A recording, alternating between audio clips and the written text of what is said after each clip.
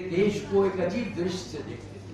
जब मैं कह रहा हूं कि मैं संसद सदस्य था और जब राजीव जी से वो सुरक्षा जो एसपीजी की सुरक्षा होती है, जो सिर्फ केवल प्रधानमंत्री को उस समय तक दी जाती थी, जब उसको वापस ले लिया, आप जानते हैं सारा घटनाक्रम क्या है। जब उसको वापस ले लिया तो पीयूष शिवशंकर साहब का आपने नाम सुना होगा, वे राज्यपाल भी बने और उस वक्त केंद्र में मंत्री थे। उनके घर पे खाना हो रहा था। मैं आपको इसलिए बताना चाहता हूं कि उसके मन में डर नहीं था, अपनी जान के प्रति उनको परवाह नहीं थी, वे कुछ देश और देश की ही बात करते थे। जब हमने कहा आज आपकी या कल आपकी सुरक्षा वापस ले, एसपीजी की सुरक्षा आप जानते हैं स्पेशल सुरक्षा होती है।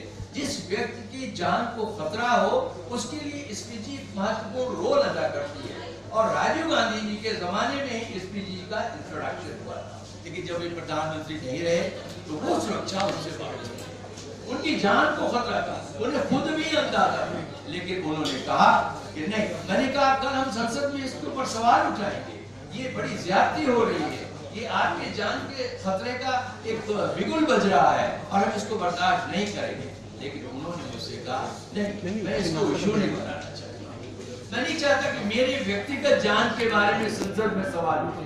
देश में बहुत लोग हैं, उनकी जानों की परवाह की जानी चाहिए, मुझे अपनी जान की परवाह नहीं है। और आप जानते हैं उस व्यक्ति की केवल सुरक्षा करने वाले 2 व्यक्ति थे जब उनकी हत्या हुई। यदि उनको वो एसपीजी की सुरक्षा मिली होती तो शायद आज राजू जी हमारे बीच में बैठे होते।